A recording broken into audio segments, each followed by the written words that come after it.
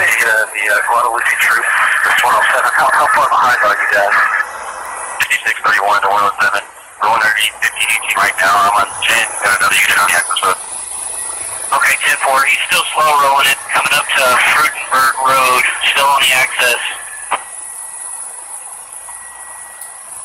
Heads up, guys. He looks like he's getting out. He's under the floorboard, guys. Under the floorboard. Be careful. Be careful. Under the floorboard, guys. Watch it. Taking up a defensive position, guys.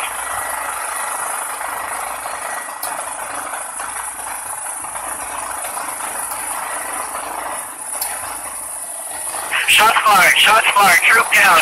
Troop down. Just getting EMS en route. Troops down. Got a handgun. Troops down. It's gonna be a small caliber weapon. Small caliber weapon. Either 9mm, something like that, to EMS. And he's shot in the right arm.